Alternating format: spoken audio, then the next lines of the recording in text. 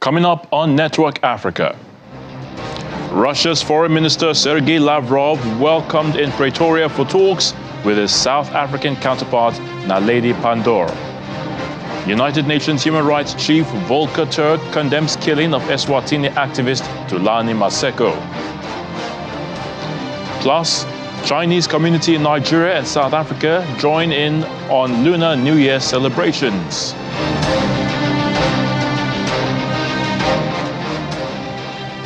Hello and welcome to the program. I'm Ayotunde Balogun. We begin with stories and happenings that made headlines over the weekend. 66 women and children kidnapped by armed assailants in northern Burkina Faso last week have been freed. The mass kidnapping was unprecedented in Burkina Faso, which is facing a violent Islamist insurgency that spread from neighboring Mali in 2015. On January the 12th and 13th, armed men seized women and their children while they were scouring the bush for fruit and leaves outside two villages in the district of Arbinda in the Sahel region's Soum province. Security forces staged a rescue operation and found 27 adult women and 29 babies, children and young girls in the adjacent Center North province. Burkina Faso is one of several countries in West Africa battling a rampant insurgency with links to Al-Qaeda and Islamic State. Gunfire could be heard near the mayor's office in Somalia's capital, Mogadishu, as police took cover in an alleyway on Sunday. Islamist fighters set off a bomb that stormed a government building, killing at least 6 civilians. Somalia's Islamist group Al-Shabaab claimed responsibility for the attack. At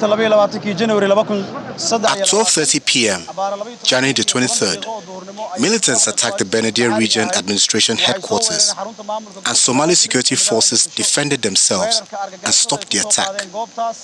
At 4:30 p.m., the siege was over, and security forces killed all the attackers. 6 civilians have died, and more were wounded. Meanwhile, the Ministry of Information said security killed 6 of the militants and cleared the area by about 6 p.m. Al-Shabaab has stepped up attacks in a show of resilience since President Hassan Sheikh Mahmoud's government launched an offensive against the Al-Qaeda-linked group in August. To other stories now, South Africa's government has welcomed Russia's Foreign Minister Sergei Lavrov, where he has met his South African counterpart Naledi Pandor in Pretoria. President Cyril Ramaphosa's government regards South Africa as neutral in the Ukraine conflict and has expressed a desire to mediate. Lavrov and Pandor delivered prepared remarks in front of media before they began private talks. Both ministers also defended plans to hold joint military exercises with China next month. We are all in favor of peaceful resolution of disputes, and will be always ready to discuss negotiated solution to any conflict on earth. Unfortunately, most of the conflicts launched by our Western colleagues did not lead to any improvement in the situation. And this is something which the world inherited. As regards the specific situation between us and Ukraine, it is well known that we supported the proposal of Ukrainian side to negotiate early in the special military operation. And by the end of March in Istanbul, 2 delegations agreed on the principles to settle this conflict. Meanwhile, some South Africans are not exactly happy with Russia's foreign minister's visit to the country. People from the Ukrainian Association of South Africa protested outside the Department of International Relations and Cooperation, where Naledi Pandor was hosting Sergei Lavrov for bilateral talks. The protesters held placards, "Stop Putin," "Child Murderer," #War Crime, and shouted slogans ahead of the bilateral meeting between Pandor and Lavrov in Pretoria. We really suffering big losses, and Ukraine, which were feeding South Africa and many other African countries, supplying grain. And actually, today we cannot do it because our country is at war, and South Africa is making friendly kind of arrangements with Russia, which basically invaded our country.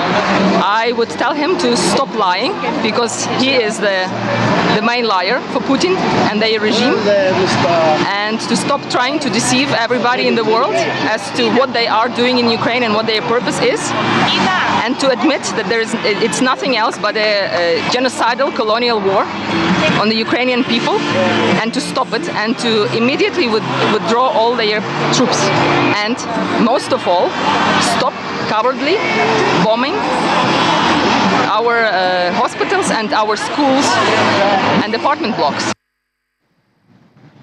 A Russian warship armed with hypersonic cruise weapons will take part in joint exercises with the Chinese and South African navies in February, and that's according to Russia's state-owned media TASS. The Admiral Gorshkov will call at the logistics base in the Syrian port of Tartus, following which it will participate in the joint drills with the Chinese and South African navies. Last week, South Africa's military announced it would hold joint military drills next month with Russia and China off its coast. The drills will run for 10 days from February the 17th to the 27th in the port city of Durban and Richards Bay. The South African National Defence Force said the aim is to share operational skills and knowledge. Still in South Africa, civil society organization Not In My Name International and members of the public at large have marched to the country's energy regulator NERSA and the Union building in Pretoria, South Africa, over the ongoing power crisis and the tariff increases. This month, the energy regulator NERSA approved Eskom's application to increase electricity by 18.65% from the beginning of April, while the other 13% will be added at the start of the 2024-25 financial year. This news was not received well by many, as the whole country continues to be struggling to survive under rolling blackouts on a daily basis. The organization says they want the 18.65% tariff hike reversed and for President Cyril Ramaphosa to declare a national state of disaster to deal with load shedding. Hashtag Not In My Name and Mamelodi and Mabias yesterday stakeholders forum has observed and is upheld at the decision making or lack thereof. That this has legitimized the looting scheme that is load shedding. Citizens are paying for a service that is interrupted at any given moment without just cause. So this is uncalled for NERSA to grant an 18.65% increase. Rounded off, it's 19% when you do basic rounding off. For people to pay more for a service that they continually receive less of. Pullers load 6, stage 6 load shedding. Moreover, the scheduled power outages have had a significant impact on the livelihood and businesses of South Africans, and an impact that Eskom has not and will not compensate them for instead. Let us rebuild our country because we are suffering. As per now, the crime statistics are rising on daily basis because of the very same load shedding. In the evening, at 6 o'clock in the evening, they take the electricity away. Our mothers and our sisters, when they come back from work, when they knock off from work, we have to go and rush to go and pick them up. We have to escort our children from school. We cannot live that like this. It cannot be. Let our president take a stand and rectify whatever that has been damaged. We're here because of the electricity and the load shedding. Something must be done, honestly. Some of us are not working. We earn peanuts. We can't afford to be paying electricity with such high electricity spikes and load shedding. So something must be done. In the meantime, South African President Cyril Ramaphosa asked the state electricity firm Eskom to shelve a tariff increase that was approved earlier this month. The 18.65% tariff hike was due to be implemented from April the 1st. According to the president, the country has been going through a power crisis for years, with daily scheduled blackouts in recent time. While in a meeting with ANC party delegates, the president said this was not the right time to do it with households and businesses struggling because of regular scheduled power cuts. He said the government was making every attempt to resolve the crisis, including a consideration to import power from neighboring countries. Well, on a more cheering note, South Africans joined in on the Lunar New Year celebrations over the weekend to usher in the Year of the Rabbit. The celebration saw thousands of people gather in Africa's largest Buddhist pagoda, Nan Hua Temple, to experience the colorful dragon and lion dances while enjoying a variety of Chinese cuisine. This is an opportunity for them to know us, also for us to know them.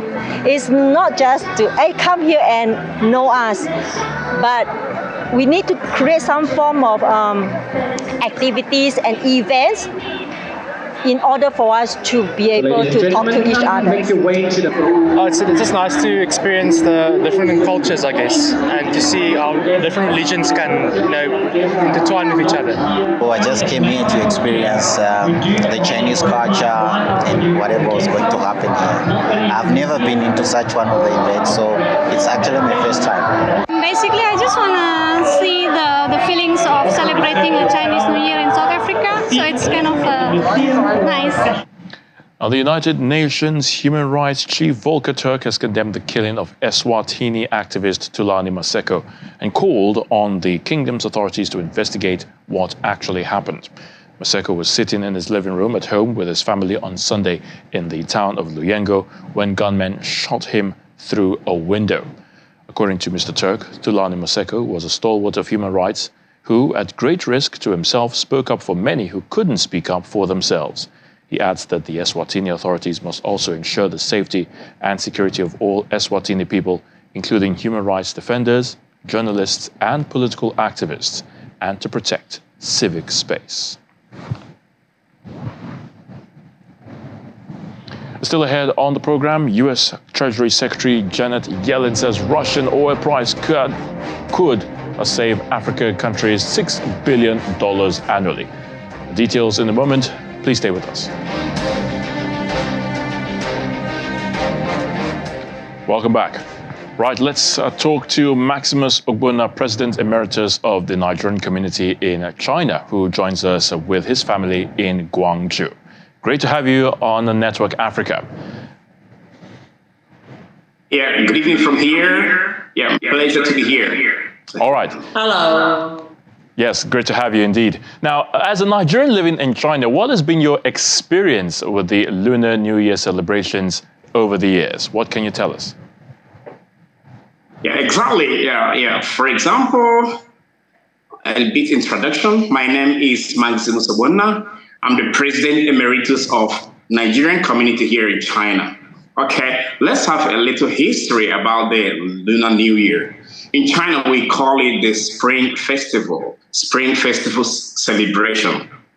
So this began long time ago, in the Shang Dynasty, So there was an animal, a monster that was killing people, every time. So when they were able to scare the monster away, so that ushered in the Spring Festival, or the Lunar New Year, as we call it, okay? I've been here for a long time. I have gathered lots of experience about this Spring Festival, or sometimes also we call it Chinese New Year.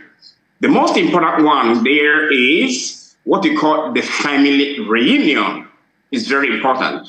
In this Spring Festival, Chinese New Year, many families come together to have dinner, to relax with each other, and have dinner together. And during the Chinese New Year, there's a special food they eat. They always eat the dumplings. That's the special food they eat, and all the other delicious food. Okay, so that's it. Another experience I have here, and also good, is what we call the hongbao. Hongbao means red envelope. The kids like the red envelope too much, because during this festive period, so they get gifts, from their elders, from their parents, okay? Hongbao. Lawrence, come here. I'll show you what I mean by Hongbao. The kids call it lucky money.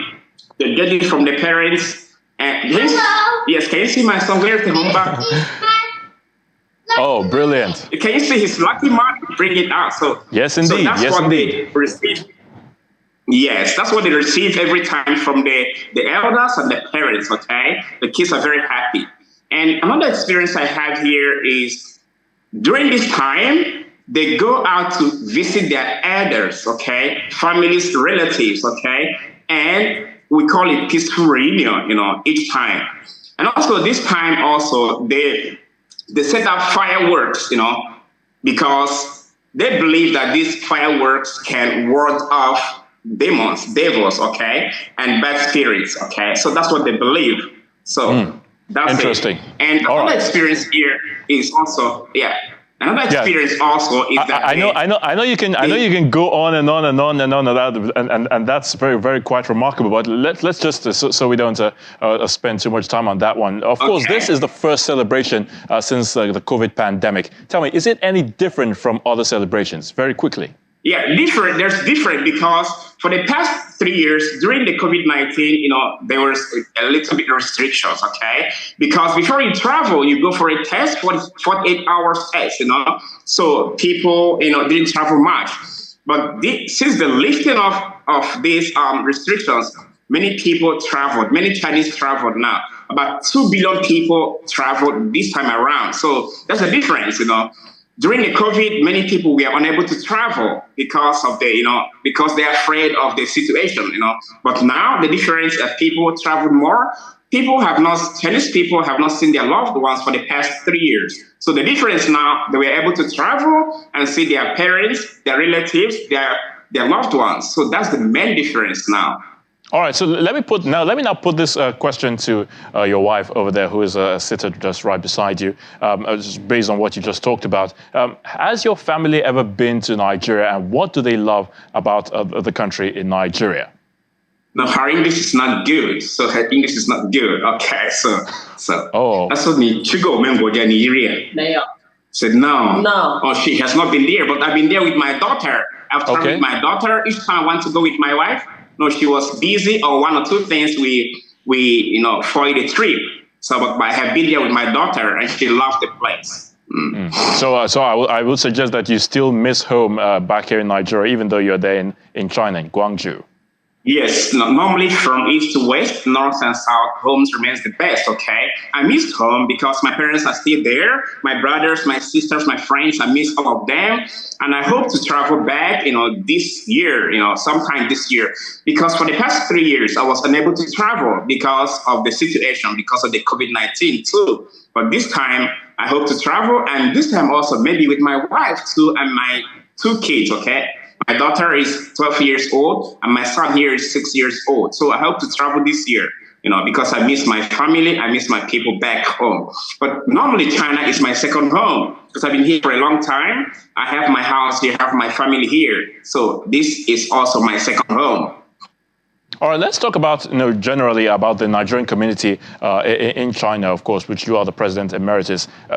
Speak to us about the relationship, the bilateral relationship between Nigeria and China, particularly for Nigerians who live and work there. What's been the experience for Nigerians there in China?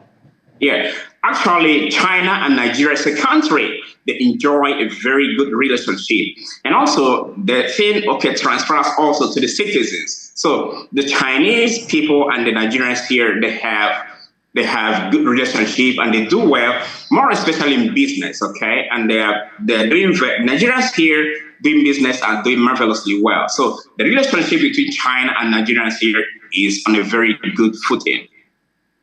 All right, so going forward, what other things would you like to see in terms of the relationship that you've talked about, between Nigeria and China? Not just for, of course, Nigerians living in China, but even Chinese people who are also resident here in Nigeria. How do we go even further in bettering our relationship?